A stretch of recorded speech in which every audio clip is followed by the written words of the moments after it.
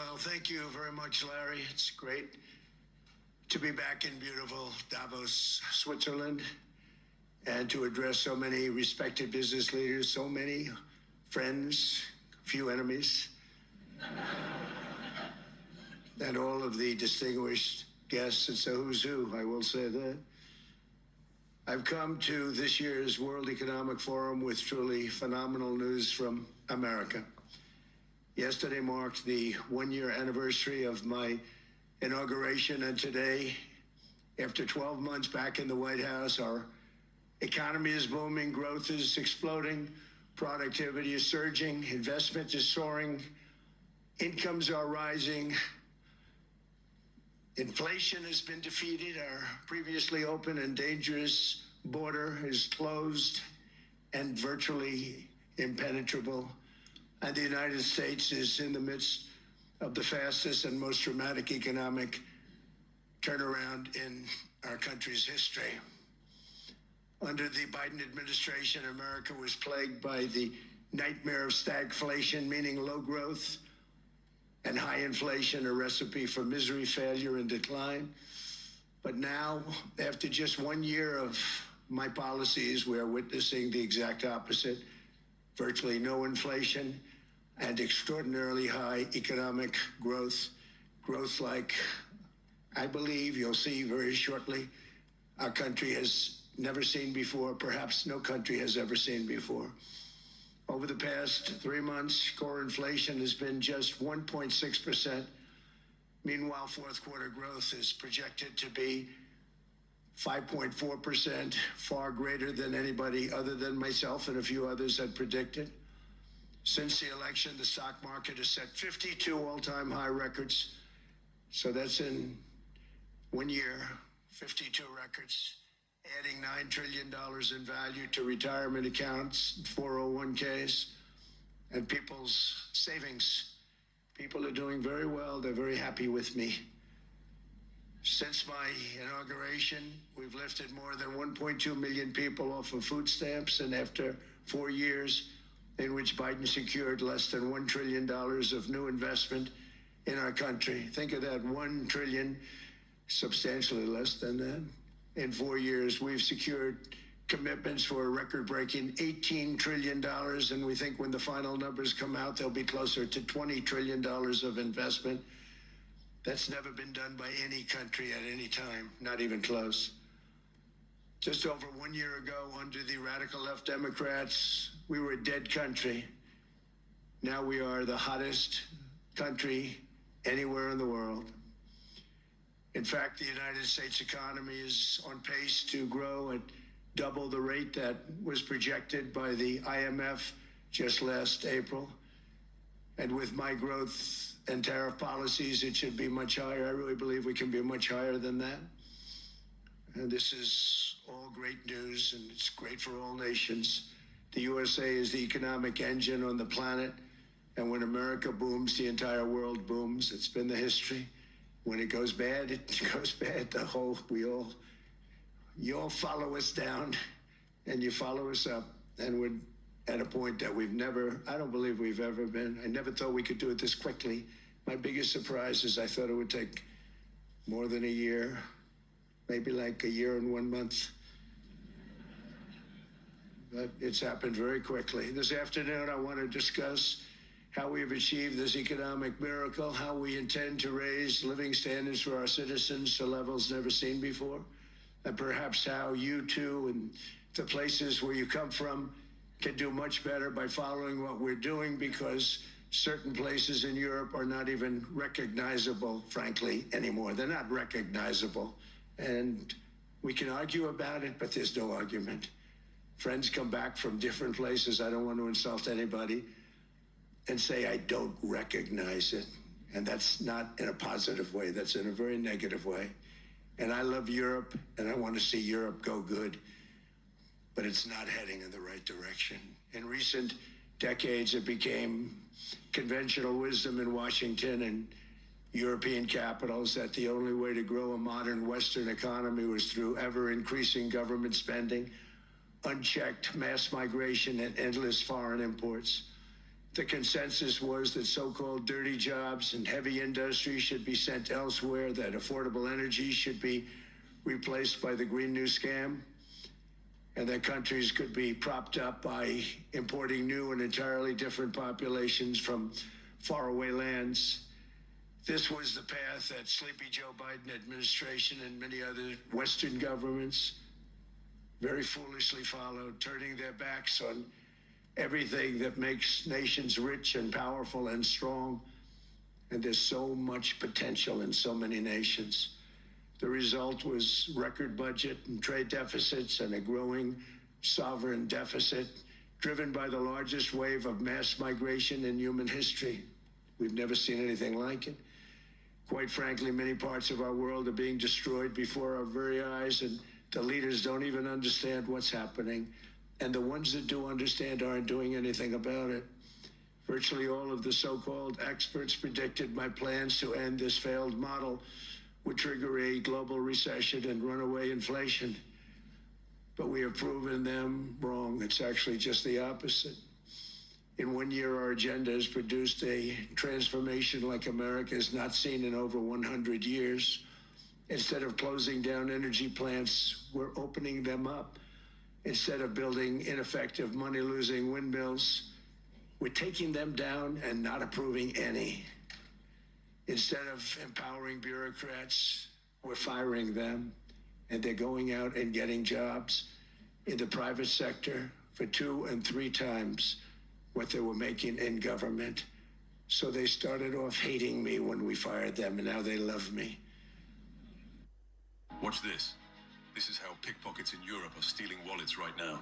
2 seconds. Gone. Most people realize it only hours after it happened. Instead of raising taxes on domestic producers, we're lowering them and raising tariffs on foreign nations to pay for the damage that they've caused. In 12 months, we have removed over 270,000 bureaucrats from the federal payrolls, the largest single-year reduction in government employment since the end of World War II. Nobody thought that was coming, but we had no choice. To make a country great, you can't have all federal jobs. We've cut federal spending by $100 billion and slashed the federal budget deficit by 27% in the single year. It's going to go down quite a bit more from that, driving inflation way down from the record highs of the Biden administration. Every month, they went up and up and up. I promised to cut 10 old regulations for every single new regulation, but instead I've cut, actually till this point, 129 regulations for every 1 new regulation approved. So every time they come in with a new regulation, we do at least 10, but so far it's averaging out to 129, if you can believe it. In July, we passed the largest tax cuts in American history, including no tax on tips, no tax on overtime, no tax on Social Security for our great seniors. We also provided 100% expensing, that's the one they like, and bonus depreciation for all new equipment and capital investments to help companies expand and shift production to America. They are so in love with that. They build a plant, they're able to deduct it immediately, the whole thing, rather than waiting 38 to 41 years in the old days. This is a miracle taking place. Nobody thought it would ever be done by any country, but it's done by us. It was what made my first term the most successful 4-year term that we've ever had from a financial standpoint. And now we've upped it. This is a 10-year program, not a 1-year program. But you're allowed to deduct everything in 1 year. It used to be 38 to 41 years. With tariffs, we've radically reduced our ballooning trade deficit, which was the largest in world history. We were losing more than $1 trillion every single year, and it was just wasted. It was going to waste. But in 1 year, I slashed our monthly trade deficit by a staggering 77%, and all of this with no inflation. Something everyone said could not be done. There were a couple of brilliant people that actually thought I was doing the right thing. I thought I was doing the right thing. Now they all think I'm doing the right thing because they can't believe the numbers. American exports are now up by more than $150 billion. Domestic steel production is up by 300,000 tons a month, and it's doubling over the next 4 months. It's doubling and tripling, and we have steel plants being built all over the country. Nobody thought they'd see that. Factory construction is up by 41%, and that number is really going to skyrocket right now because that's during a process that they're putting in to get their approvals, and we've given very, very quick, fast approvals. In the process, we've made historic trade deals with partners covering 40% of all U.S. trade. Some of the greatest companies and countries in the world. We have countries as our partner, too. The European nations, Japan, South Korea. They're our partners. They've got into massive deals with us, especially on oil and gas. And these agreements raise growth and cause stock markets to boom, not only in the U.S., but virtually every country that came to make a deal, because as you've learned, when the United States goes up, you follow. It's really become a staple. In America, I've stopped the nation-wrecking energy policies that drive up prices while sending jobs and factories to the world's worst polluters. They are indeed polluters. Under sleepy Joe Biden, new domestic oil and gas leases fell by 95%. Think of that. And they wonder, why was gasoline going up so fast? The gasoline actually topped $5 a gallon, and some places $7 a gallon, and more than 100 major power plants were violently shut down by incompetent people that had no idea what the hell they were doing.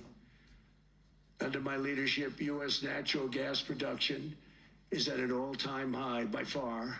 U.S. oil production is up by 730,000 barrels a day, and last week we picked up 50 million barrels from Venezuela alone. Venezuela has been an amazing place for so many years, but then they went bad with their policies. 20 years ago, it was a great country, and now it's got problems, but we're helping them. And those 50 million barrels, we're going to be splitting up with them, and they'll be making more money. They've made it a long time. Venezuela is going to do fantastically well. We appreciate all of the cooperation we've been giving. We've been giving great cooperation. Once the attack ended, and they said, let's make a deal. More people should do that. But Venezuela is going to make more money in the next 6 months than they've made in the last 20 years. Every major oil company is coming in with us. It's amazing. It's a beautiful thing to see. And the leadership of the country has been very good. They've been very, very smart.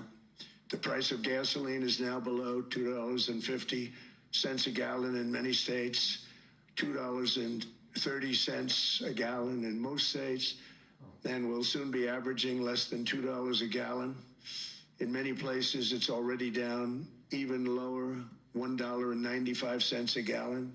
Numerous states are at $1.99, numbers that nobody has heard for years. Actually, since my last administration, we got it down to around those numbers. I've signed an order directing and approval of many new nuclear reactors. We're going heavy into nuclear. I was not a big fan because I didn't like the risk, the danger.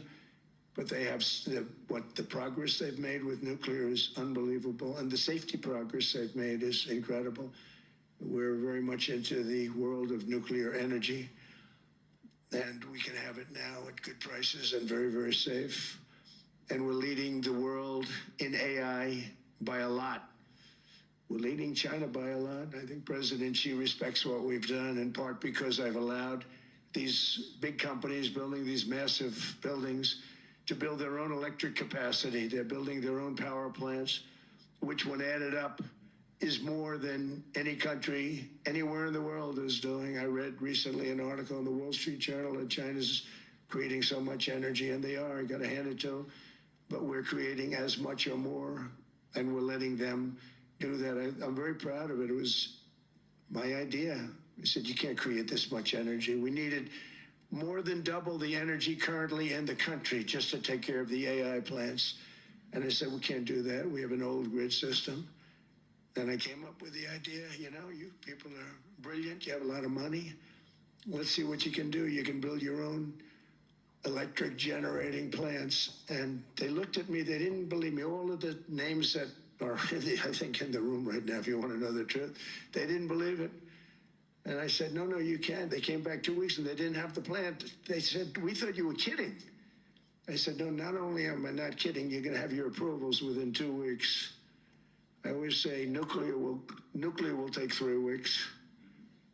But most aren't going that. They're going oil and gas. They're even going coal in some cases. Because of my landslide election victory, the United States avoided the catastrophic energy collapse which befell every European nation that pursued the Green New Scam, perhaps the greatest hoax in history. The Green New Scam, windmills all over the place, destroy your land, destroy your land. Every time that goes around, you lose $1,000. You're supposed to make money with energy, not lose money. Here in Europe, we've seen the fate that the radical left tried to impose on America. They tried very hard. Germany now generates 22% less electricity than it did in 2017. And it's not the current chancellor's fault. He's solving the problem. He's going to do a great job. But what they did before he got there, I guess that's why he got there. And electricity prices are 64% higher. The United Kingdom produces just 1/3 of the total energy from all sources that it did in 1999. Think of that, 1/3. And they're sitting on top of the North Sea, one of the greatest reserves anywhere in the world, but they don't use it. And that's one reason why their energy has reached catastrophically low levels with equally high prices. High prices, very low levels. Think of that, 1/3. And you're sitting on top of the North Sea, and they like to say, well, you know, that's depleted. It's not depleted. It's got 500 years. They haven't even found the oil. The North Sea is incredible. They don't let anybody drill. Environmentally, they don't let them drill. They make it impossible for the oil companies to go. They take 92% of the revenues. So the oil companies say, we can't do it. They came to see me. Is there anything you can do? I want Europe to do great. I want UK to do great. Sitting on one of the greatest energy sources in the world, and they don't use it. In fact, their electricity prices have soared 139%. There are windmills all over Europe. There are windmills all over the place, and they are losers. One thing I've noticed is that the more windmills a country has, the more money that country loses and the worse that country is doing. China makes almost all of the windmills, and yet I haven't been able to find any wind farms in China. Did you ever think of that? It's a good way of looking at it. They're smart. China's very smart. They make them, they sell them for a fortune. They sell them to the stupid people that buy them, but they don't use them themselves. They put up a couple of big wind farms, but they don't use them. They just put them up to show people what they could look like. They don't spin. They don't do anything. They use a thing called coal, mostly. But China goes with the coal. They go with oil and gas. They're starting to look at nuclear a little bit. And they're doing just fine. They make a fortune selling the windmills, though, and I think really that's one that they wouldn't be surprised if it stopped. They are shocked that it continues to go. They're very friendly with me. They're shocked that people continue to buy those damn things. They killed the birds. They ruin your landscapes. Other than that, I think they're fabulous, by the way. Stupid people buy them. The consequences of such destructive policies have been stark, including lower economic growth, lower standards of living, lower birth rates, more socially disruptive migration, more vulnerability to hostile foreign adversaries, and much, much smaller militaries. The United States cares greatly about the people of Europe. We really do. I mean, look, I am derived from Europe. Scotland and Germany, 100% Scotland, my mother, 100% German, my father.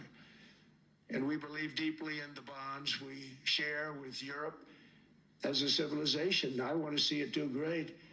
That's why issues like energy, trade, immigration, and economic growth must be central concerns to anyone who wants to see a strong and united West.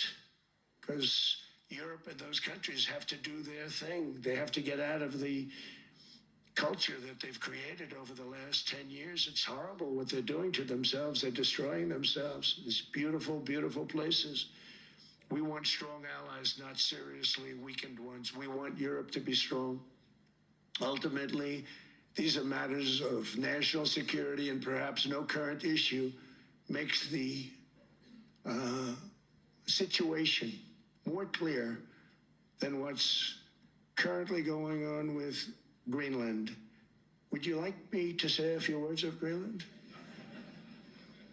I was going to leave it out of the speech, but I think I would have been reviewed very negatively. I have tremendous respect for both the people of Greenland and the people of Denmark, tremendous respect. But every NATO ally has an obligation to be able to defend their own territory. And the fact is, no nation or group of nations is in any position to be able to secure Greenland other than the United States. We're a great power, much greater than people even understand. I think they found that out 2 weeks ago in Venezuela. We saw this in World War II, when Denmark fell to Germany after just 6 hours of fighting and was totally unable to defend either itself or Greenland. So the United States was then compelled, we did it, we felt an obligation to do it, to send our own forces to hold the Greenland territory. And hold it we did, at great cost and expense. They didn't have a chance of getting on it, and they tried. Denmark knows that.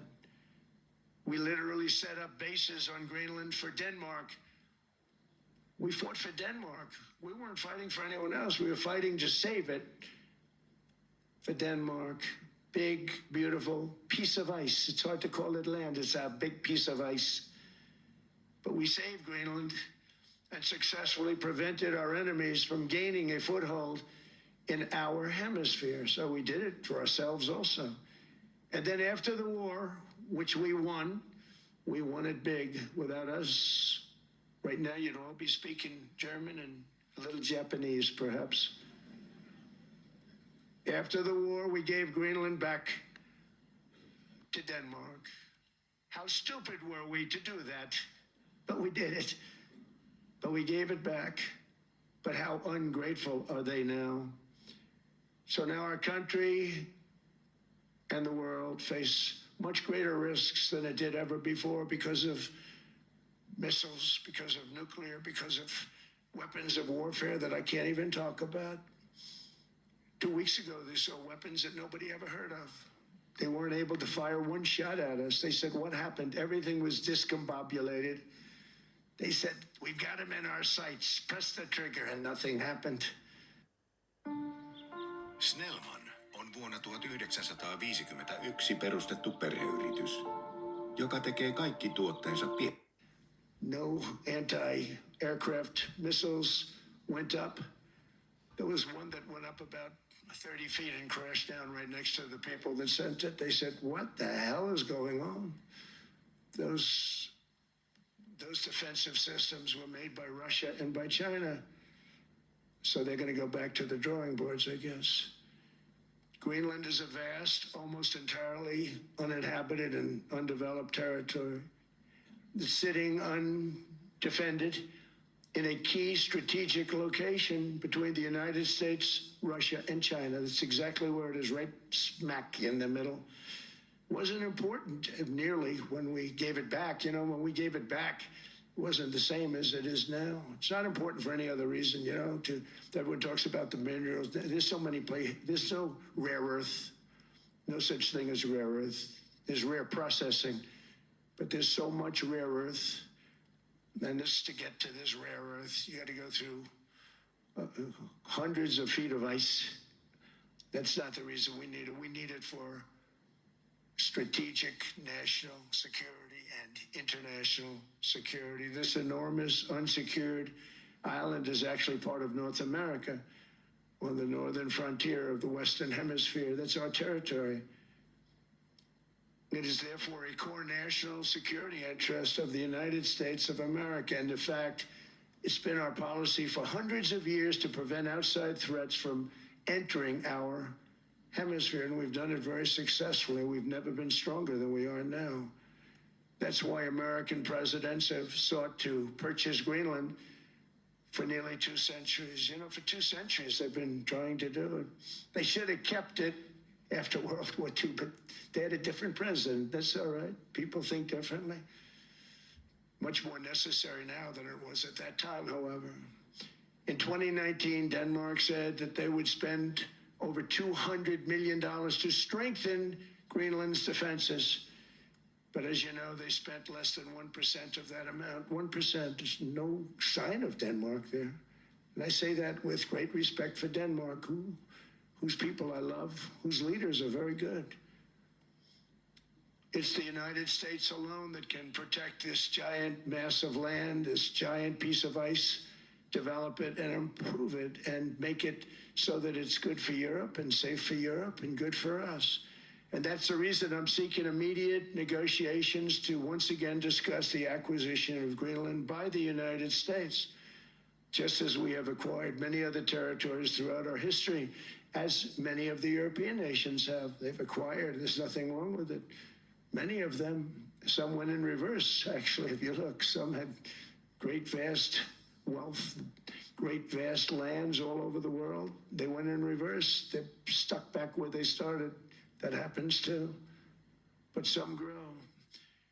But this would not be a threat to NATO. This would greatly enhance the security of the entire alliance, the NATO alliance. The United States is treated very unfairly by NATO. I want to tell you that.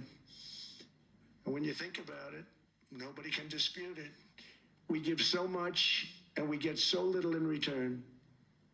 And I've been a critic of NATO for many years. And yet I've done more to help NATO than any other president by far, than any other person. You wouldn't have NATO if I didn't get involved in my first term. The war with Ukraine is an example. We are thousands of miles away, separated by a giant ocean. It's a war that should have never started, and it wouldn't have started if the 2020 U.S. presidential election weren't rigged. It was a rigged election. Everybody now knows that. They found out. People will soon be prosecuted for what they did. It's probably breaking news, but it should be. It was a rigged election. You can't have rigged elections. You need strong borders, strong elections, and ideally a good press. I always say it. Strong borders, strong elections, free, fair elections, and a fair media. The media is terrible. It's very crooked. It's very biased, terrible. But someday it'll straighten out because it's losing all credibility. Think of it, when I went in a landslide, a giant landslide, won all 7 swing states, won the popular vote, won everything, and they only get negative press. That means that it has no credibility. And if they're going to get credibility, they're going to have to be fair. So you need a fair press. But you also need those other elements. And I inherited a terrible, terrible situation. If you look, the border was open. The inflation was raging. Everything was bad with the United States when I came into office. But I also inherited a mess with Ukraine and Russia, something that would have never happened. And I know Putin very well. He and I would discuss Ukraine. It was the apple of his eye, but he wasn't going to do anything. I said, Vladimir, you're not doing it. He would never have done it. It was terrible what happened. I could see it happening, too. After I left, I could see it happening. Biden had given Ukraine and NATO $350 billion, a staggering sum, $350 billion.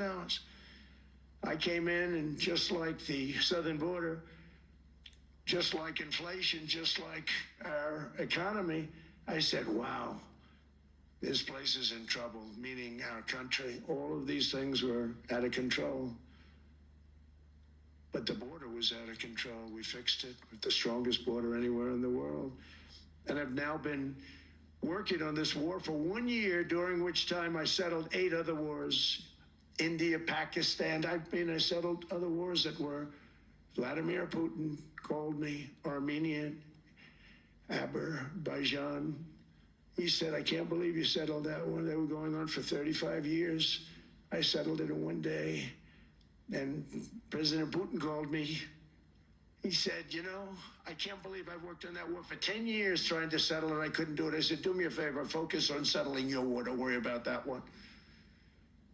What does the United States get out of all of this work, all of this money, other than death, destruction, and massive amounts of cash going to people who don't appreciate what we do? They don't appreciate what we do.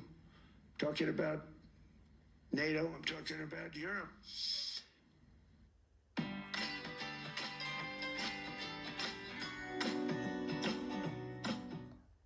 Kunnostetut iPhonet uudella akulla. Swappialta. They have to work on Ukraine. We don't. The United States is very far away. We have a big, beautiful ocean separating us. We have nothing to do with it. Until I came along, NATO was only supposed to pay 2% of GDP, but they weren't paying. Most of the countries weren't paying anything. The United States was paying for virtually 100% of NATO.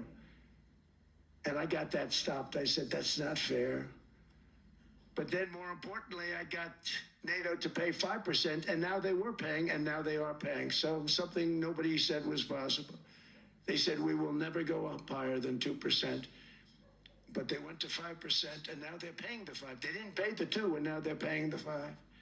And they're stronger for it, and they have an excellent, by the way, Secretary General, who's possibly in the room. Mark, are you here? Yes, he's here. Hello, Mark. We never asked for anything, and we never got anything. We probably won't get anything unless I decide to use excessive strength and force, where we would be, frankly, unstoppable. But I won't do that. Okay? Now everyone's saying, oh, good. That's probably the biggest statement I made, because people thought I would use force. I don't have to use force. I don't want to use force. I won't use force.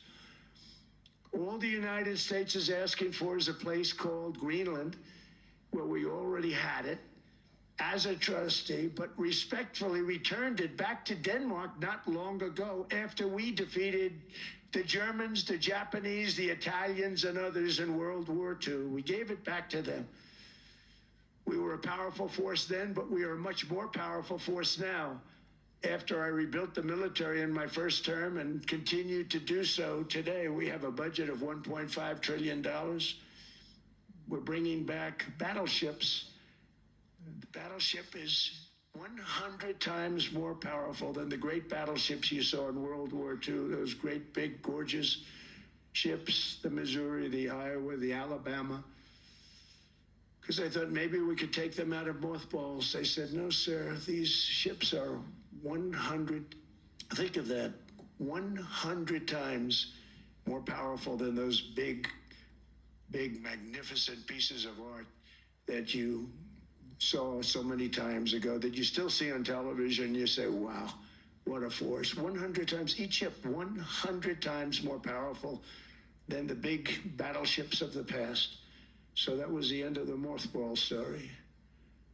So what we have gotten out of NATO is nothing except to protect Europe from the Soviet Union and now Russia. I mean, we've helped them for so many years. We've never gotten anything, except we pay for NATO. And we paid for many years until I came along. We paid for, in my opinion, 100% of NATO because they weren't paying their bills. And all we're asking for is to get Greenland, including right title and ownership, because you need the ownership to defend it. You can't defend it on a lease. Number one, legally it's not defensible that way, totally. And number two, psychologically, who the hell wants to defend a license agreement or a lease, which is a large piece of ice in the middle of the ocean where if there is a war, much of the action will take place on that piece of ice. Think of it. those missiles would be flying right over the center of that piece of ice. All we want from Denmark for national and international security and to keep our very energetic and dangerous potential enemies at bay is this land on which we're going to build the greatest golden dome ever built. We're building a golden dome that's going to, just by its very nature, going to be defending Canada. Canada gets a lot of freebies from us, by the way. They should be grateful also, but they're not. I watched your Prime Minister yesterday. He wasn't so grateful. But they should be grateful to us. Canada lives because of the United States. Remember that, Mark, the next time you make your statements. What we did for Israel was amazing, but that's nothing compared to what we have planned for the United States, Canada, and the rest of the world. We are going to build a dome like no other. We did it for Israel. And by the way, I told Bibi, stop taking credit for the dome. That's our technology. That's our stuff. But they had a lot of courage, and they were good fighters, and they did a good job, and we wiped out the Iran nuclear threat like nobody can believe. Nobody's ever seen anything like it. That, Venezuela, taking down Soleimani, wiping out al-Baghdadi when he tried to reinstitute ISIS. We did a lot. I did a lot of big things, all perfectly executed. Everyone was perfectly executed. Somebody told me that, a military expert told me, sir, everything you've done has been perfectly executed. I said, I know. So other presidents have spent, whether foolishly or not, trillions and trillions of dollars on NATO and gotten absolutely nothing in return. We've never asked for anything. It's always a one-way street. Now they want us to help them with Ukraine.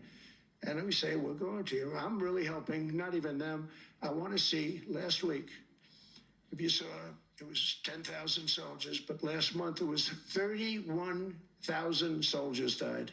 31,000, that's this room times, the number of people in this room times 30. Think of it, 30,000 soldiers died in 1 month. The month before it was 27,000. The month before that it was 28,000. The month before that it was 25,000. It's a bloodbath over there.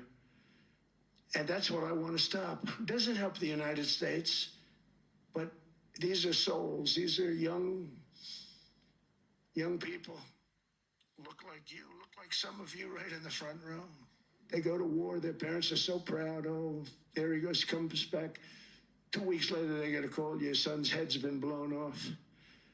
I want to stop it. It's a horrible war. It's the worst since World War II.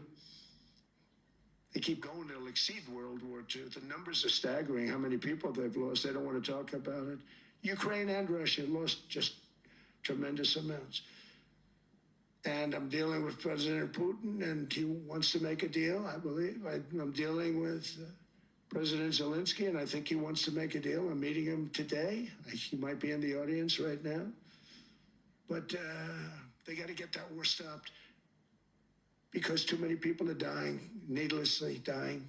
Too many souls are being lost. It's the only reason I'm interested in doing it. But in doing it, I'm helping Europe, I'm helping NATO, and I've until the last few days when I told them about Iceland, they loved me. They called me daddy, right, last time. Very smart man said, he's our daddy. He's running it. I was like running it. I went from running it to being a terrible human being. But now what I'm asking for is a piece of ice, cold and poorly located, that can play a vital role in world peace and world protection. It's a very small ask compared to what we have given them for many, many decades. But the problem with NATO is that we'll be there for them 100%. But I'm not sure that they'd be there for us if we gave them the call. Gentlemen, we are being attacked. We're under attack by such and such a nation. I know them all very well. I'm not sure that they'd be there. I know we'd be there for them. I don't know that they'd be there for us. So with all of the money we expend, with all of the blood, sweat, and tears, I don't know that they'd be there for us. They're not there for us on Iceland, that I can tell you. I mean, our stock market took the first dip yesterday because of Iceland. So Iceland's already cost us a lot of money. But that dip is peanuts compared to what it's gone up. And we have an unbelievable future in that stock. That stock market is going to be doubled. We're going to hit 50,000, and that stock market's going to double in a relatively short period of time because of everything that's happening. But this is a good example. After giving NATO and European nations trillions and trillions of dollars in defense, they buy our weapons. We make the greatest weapons in the world, but now we're going to make them faster, much faster. You saw that. I put a cap on the salaries. Then I put no buybacks, no stock buybacks, no various other things that they were doing. I mean, they were making $50 million, but it would take them 3 years to give you a Patriot missile. I said, that's not good. My chauffeur can do a better job than that, and he makes slightly less than 50. They make big salaries. If they're going to make those big salaries, they're going to have to produce a lot faster. The good news is we have the greatest equipment in the world. Now we're going to start making it a lot faster. They're going to build additional plants. And all of the money that goes into stock buybacks is going to go into building plants. We're not allowing stock buybacks by defense companies any longer. They're going to build new plants to make Tomahawks, Patriots. We have the best equipment. F-35s. F-47, the new one just coming out. They say it's the most devastating plane, fighter jet ever. Who knows? They called it 47. If I don't like it, I'm going to take the 47 off it. I wonder why they called it 47. We'll have to think about that. But if I don't like it, I'm going to take that 47 off. But it's supposed to be the stage 6. It's supposed to be the first stage 6 plane, undetectable, like our B-2 bombers were undetectable. They flew right over Iran. They were undetectable. And they did their job, and they got the hell out of there. So we want a piece of ice for world protection, and they won't give it. We've never asked for anything else, and we could have kept that piece of land, and we didn't. So they have a choice. You can say yes, and we will be very appreciative, or you can say no, and we will remember. A strong and secure America means a strong NATO. And that's one reason why I'm working every day to ensure our military is very powerful. Our borders are very strong. And above all, our economy is strong because national security requires economic security and economic prosperity. And we have the greatest that we've ever had.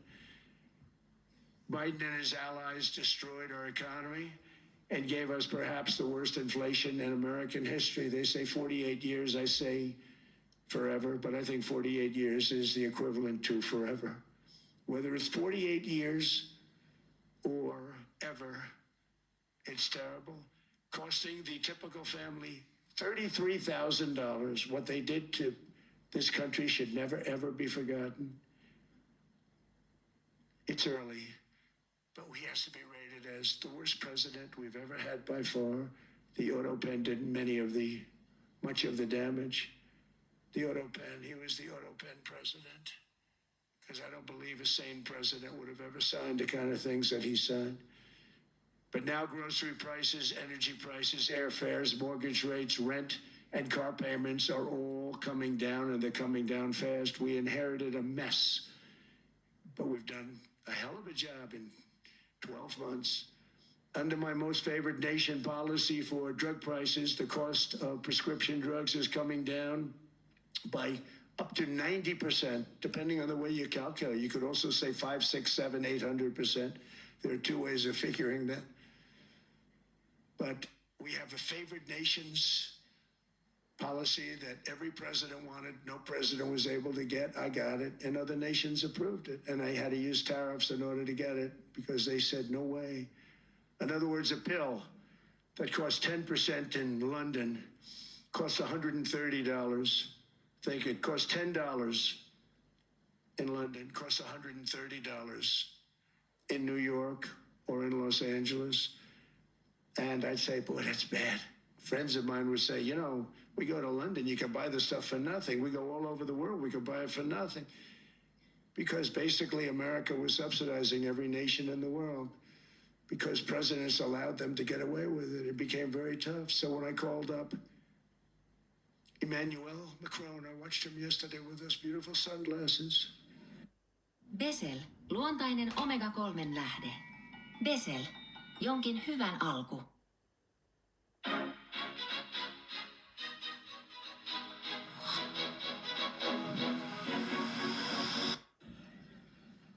What the hell happened?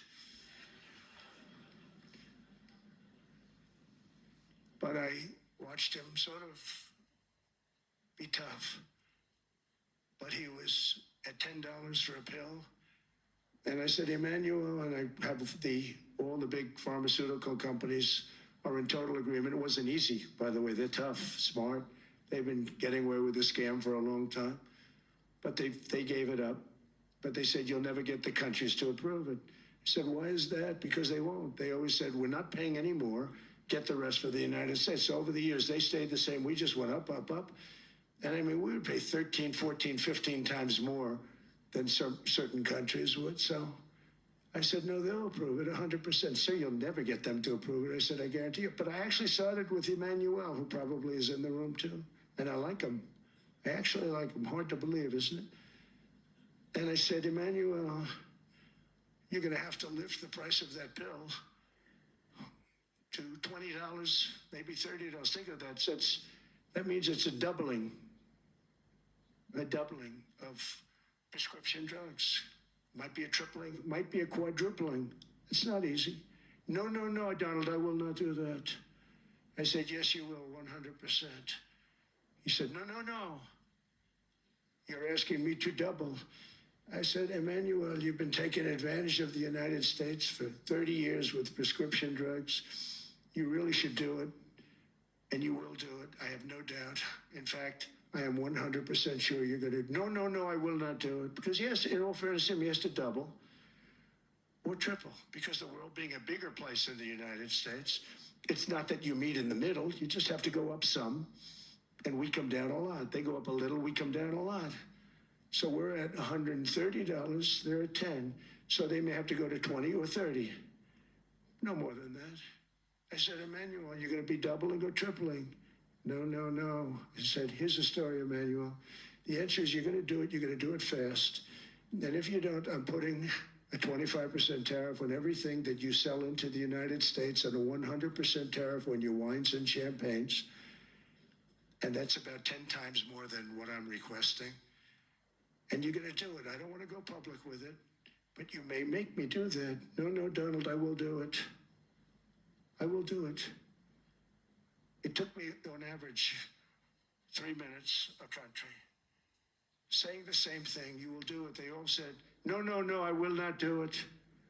You're asking me to double the cost of prescription. I said, that's right, because you've been screwing us for 30 years. And they said, we will not do it. I said, that's all right. On Monday morning, we're putting a 25, 30, 50. I gave different numbers for different countries. This is also national security we're talking about. Not fair. We're not going to subsidize the whole world. And every one of those countries have agreed to do it. So one of the biggest things that I've done is the fact that we have now most favored nation. We will pay whatever the lowest price is in the entire world. So our drug prices are going to be coming down by staggering 90%. Again, you could say 1,000%, 2,000%. Depends on the way you want to figure it, but we'll go with the way the fake news likes it better because it sounds, can you imagine a 90% reduction sounds much worse. But drug prices are going to be coming down tremendously in all the nations, and I appreciate them doing it, but they did it. In all fairness, without tariffs, I wouldn't have been able to get it done. After declining $3,000 under Biden, real incomes are up in the United States by $2,000, $3,000, and even $5,000 and more. Home ownership has always been a symbol of health and vigor of American society, but that goal fell out of reach for millions and millions of people in the Biden era because interest rates went up so high. Today, I'm taking action to bring back this bedrock of the American dream, In recent years, Wall Street giants and institutional investment firms, many of you are here, many of you are good friends of mine, many of you are supporters. Sorry to do this, Joe, I'm so sorry. But you've driven up housing prices by purchasing hundreds of thousands of single-family homes, and it's been a great investment for them. Often as much as 10% of houses on the market. You know, the crazy thing is a person can't get depreciation on a house, but when a corporation buys it, they get depreciation. Okay, that's something we're gonna have to think about too. I don't know if too many people think about that. You buy a corporation, they buy 500 houses, they buy hundreds of thousands, they buy 500 houses, they can take depreciation. A person sweats and works and buys one house, they can't. But homes are built for people, not for corporations, and America will not become a nation of renters. We're not gonna do that. That's why I have signed an executive order banning large institutional investors from buying single-family homes. It's just not fair to the public. They're not able to buy a house. And I'm calling on Congress to pass that ban into permanent law, and I think they will. One of the biggest barriers to saving for a down payment has been surging credit card debt. The profit margin for credit card companies now exceeds 50%, one of the biggest. And they charge Americans interest rates of 28%, 30%, 31%, 32%. Whatever happened to usury? So to help our citizens recover from the Biden disaster, all caused by this just horrible precedent, I'm asking Congress to cap credit card interest rates at 10% for 1 year. And this will help millions of Americans save for a home. They have no idea they're paying 28%. They go out there a little late in their payment and they end up losing their house. It's terrible. To unleash innovation in savings and financing, I'm also working to ensure America remains the crypto capital of the world. And to that end, last year I signed the landmark Genius Act into law. And now Congress is working very hard on crypto market structure legislation, Bitcoin, all of them, which I hope to sign very soon, unlocking new pathways for Americans to reach financial freedom. And I did it for two reasons. Number one, I thought it was politically good, and it was. I got tremendous political support. But more importantly, China wanted that market too. It's just like they want the AI. And we've got that market, I think, pretty well locked up. If I didn't do it, Biden was totally against it until before the election, when they realized that, there were millions of people voting against him over crypto. And all of a sudden they loved it very much, but it was too late. They blew it. But it is politically popular, but it's much more importantly, we have to make it so that China doesn't get the hold of it. And once they have that hold, we're not going to be able to get it back. So I'm honored to have done it. Finally, I've instructed government-backed institutions to purchase up to $200 billion in mortgage bonds to bring down interest rates. And I'll be announcing a new Fed chairman in the not-too-distant future. I think he'll do a very good job. So they gave away some of it. He did give that away. So we have something, got something, but somebody that's very respected. They're all respected. They're all great. Everyone that I interviewed is great. Everyone could do, I think, a fantastic job. Problem is they change once they get the job. They do. They're saying everything I want to hear, and then they get the job. They're locked in for 6 years. They get the job, and all of a sudden, let's raise rates a little bit. I call them, sir, we'd rather not talk about this. It's amazing how people change once they have the job. It's too bad. Sort of disloyalty, but they got to do what they think is right. We have a terrible chairman right now, Jerome, too late Powell. He's always too late. And he's very late with interest rates, except before the election, he was just fine for the other side. So we're going to have somebody that's great, and we hope he does the right job. Last week, the average 30-year mortgage rate dropped below 6% for the first time in many years. Another major factor in driving up housing costs was the mass invasion of our borders. And I have to say one thing about housing, because nobody ever says this. I am very protective of people that already own a house, of which we have millions and millions and millions. And because we have had such a good run, the house values have gone up tremendously. And these people have become wealthy. They weren't wealthy. They become wealthy because of their house. And every time you make it more and more and more affordable for somebody to buy a house cheaply, you're actually hurting the value of those houses, obviously, because the one thing works in tandem with the other. And I don't want to do anything that's going to hurt the value of people that own a house who, for the first time in their lives, are walking around the streets of whatever city they're in, very proud that their house is worth $500,000, $600,000, $700,000. Now, if I want to really crush the housing market, I could do that so fast and people could buy houses, but you would destroy a lot of people that already have houses. In some cases, they've mortgaged their house, and the mortgage would be very low, and all of a sudden the mortgage without any changes becomes very high, and they end up losing the house. I'm not going to hurt, and I speak with Scott, who's doing a fantastic job, and Howard, who's doing a fantastic job, and all of my people. And I always say, look, you know, I can crush the hell out of the market. We can drop interest rates to a level, and that's one thing we do want to do. That's natural. That's good for everybody. You know, the dropping of the interest rates, we should be paying a much lower interest rate than we are. We should be paying the lowest interest rate of any country in the world, because without the United States, you don't have a country. I mean, I had a case with Switzerland. We happened to be in Switzerland. Maybe I'll give you a quick story. But they were paying nothing. They make beautiful watches, great watches, Rolex, all of them. They were paying nothing to the United States when they sent their product in. And we had a $41 billion deficit. $41 billion with this beautiful place. Flew over it, isn't it nice? Sittarin mekaedut on täällä. Tarjouksessa esimerkiksi hedelmiä ja vihanneksia tasarahalla. So I said, let's put a 30% tariff on them so that we get back some of it, not all of it at all. We still have a deficit, big deficit. We had 41 million. That's a big deficit. And I said, let's put a tariff on. Different tariffs, different places. You're all party to them. In some cases, victims to them. But in the end, it's a fair thing. And most of you realize that. But we put a 30% tariff on Switzerland, and all hell broke loose. They were calling, I mean, like you wouldn't believe.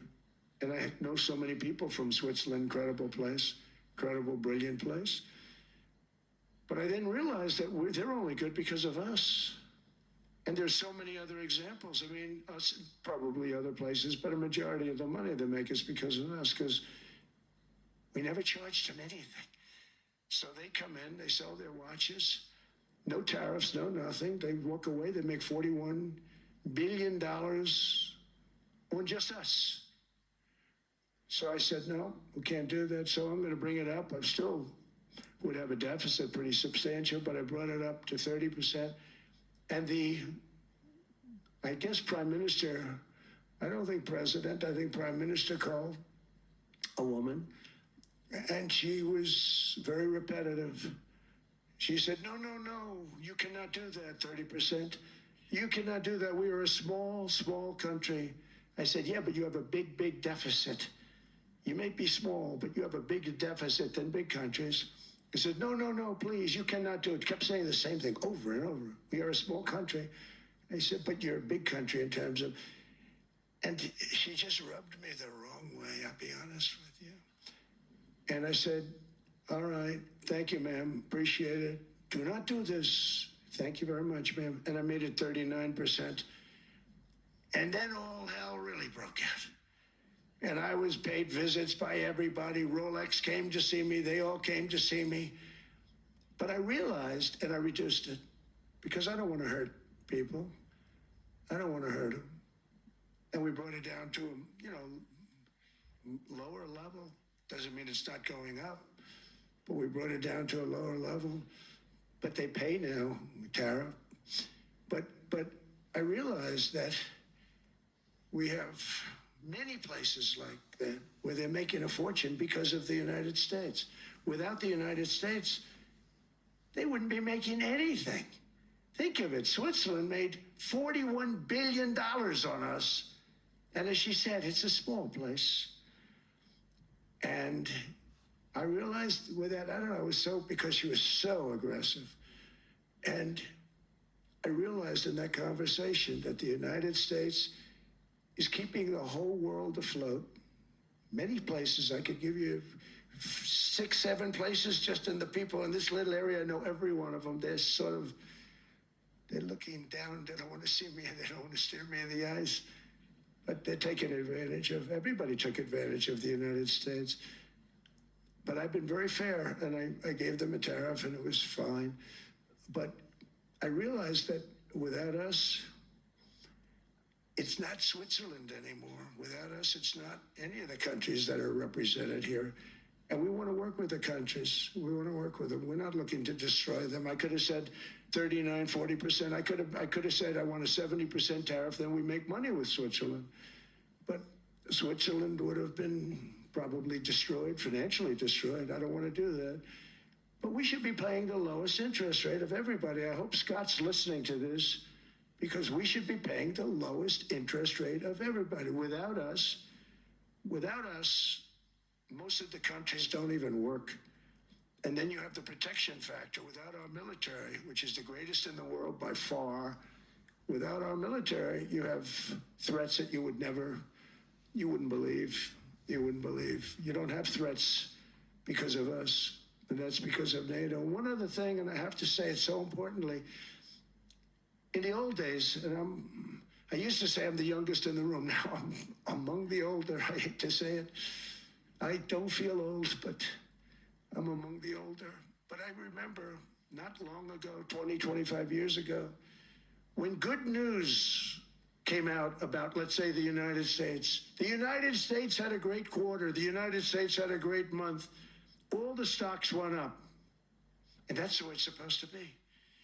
Now when they say the United States had a record quarter, it's unbelievable how well it's doing, all the stocks crash because they say, oh no, inflation, they're going to raise interest rates. And they do. Some of these stupid people like Powell, they raise interest rates.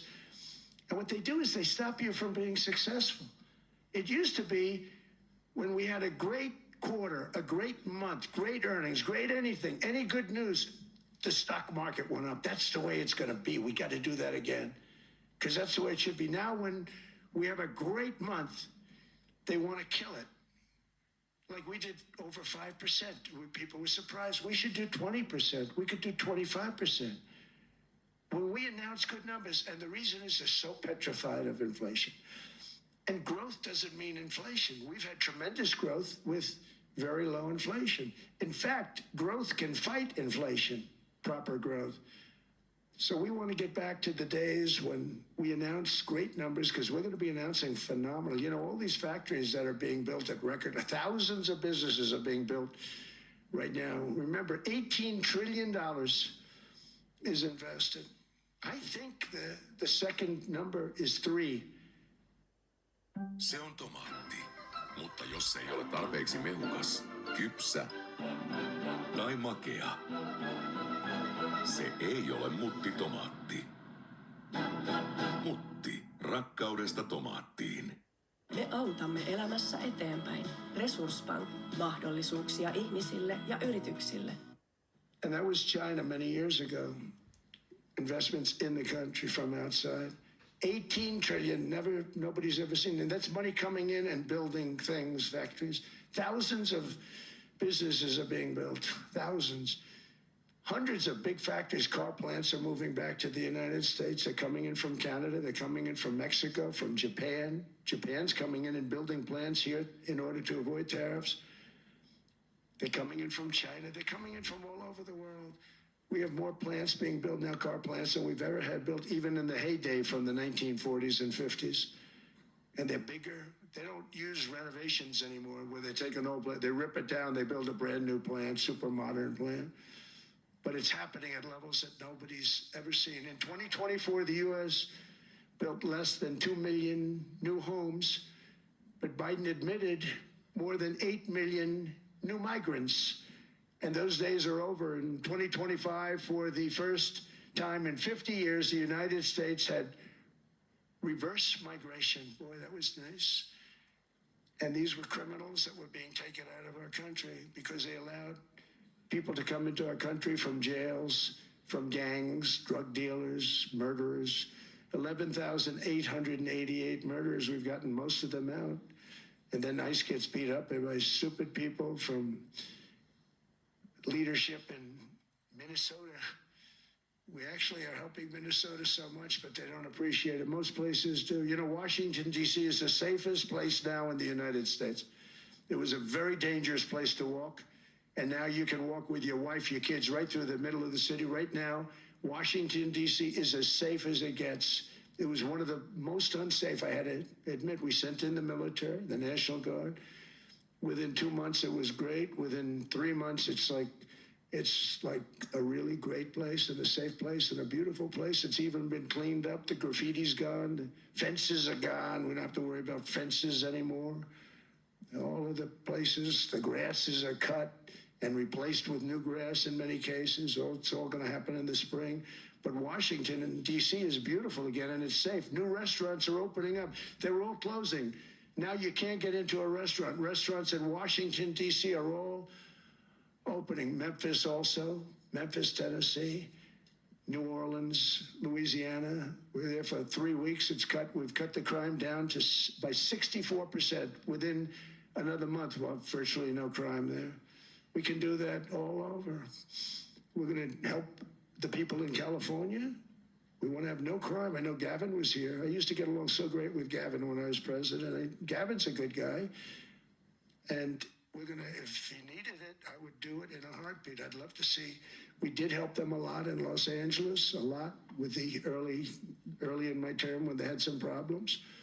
But we would love to do it. I would say this, if I were a Democrat governor or whatever, I would call up Trump. I'd say, come on in, make us look good.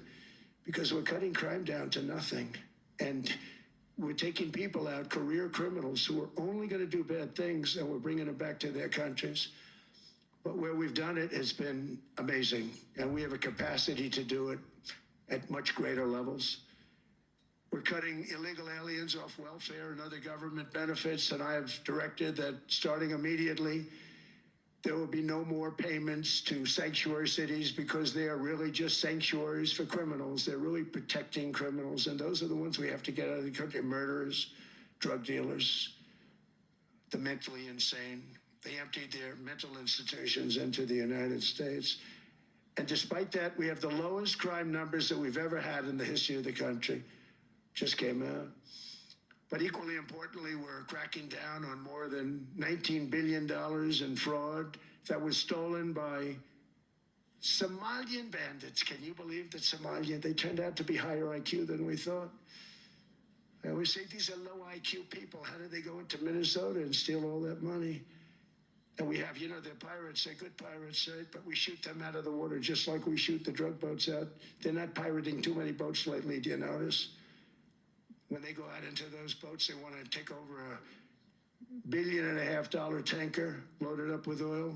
And they say, we're going to blow up your boat. They have powerful weapons. You hit the side of the boat, you blow the whole thing up. The insurance companies are petrified. So they say, just give them the boat. We'll give them money instead. And I don't do that. We blow them right the hell out of the water. We see them going out, we blow them out of the water. We don't have any pirates so much anymore. If we do, they won't be there long. We've cut down with the hitting of the boats that are loaded up with drugs, including submarines. Can you believe they actually buy small, they call mini subs, very fast. They're meant for drugs. We've knocked out 2 of them. The Democrats say they were fishing. You have ruined somebody's fishing weekend. I would say a submarine is not a fishing boat. You don't fish. But we've knocked down drugs by water, the oceans, the sea, by 97.2%. Think of that.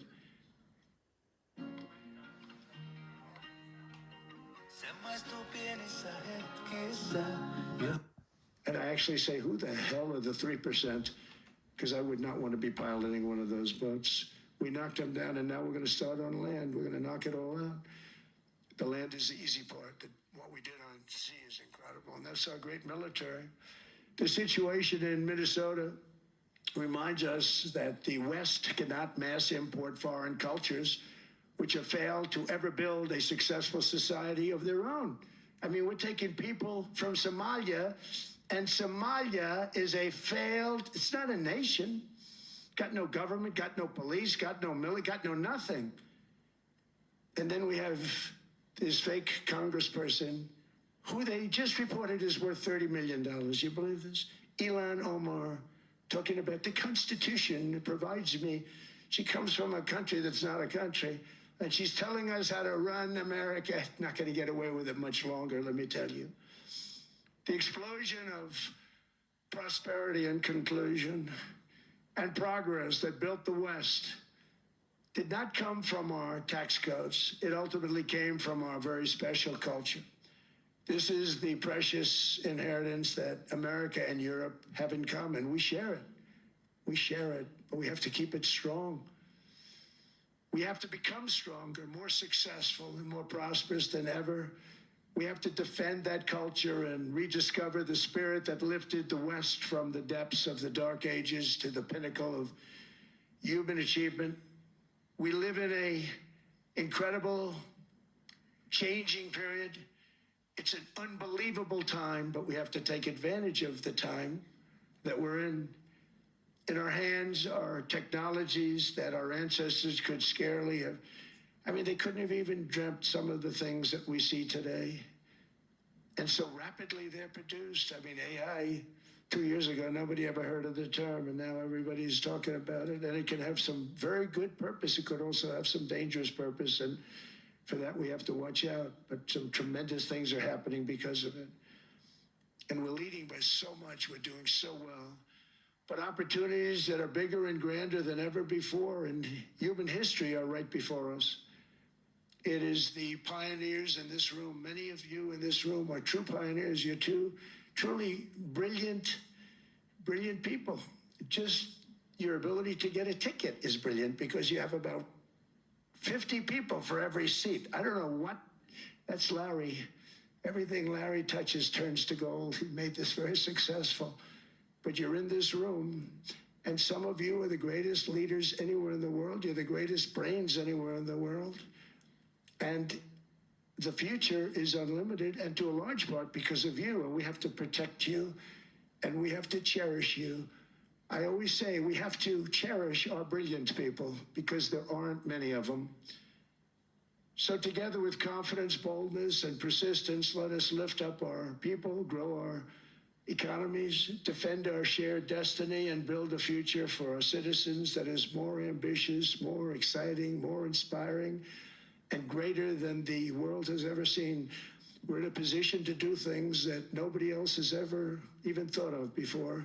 And many of the people in this room are the ones that are doing it, and I want to congratulate you, and I'm with you all the way. You can do things that nobody else can even think about. So I congratulate you on your tremendous success.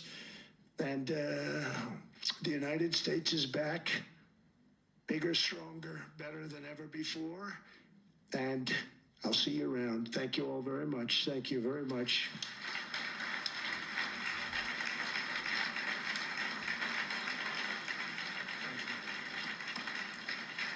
Thank you.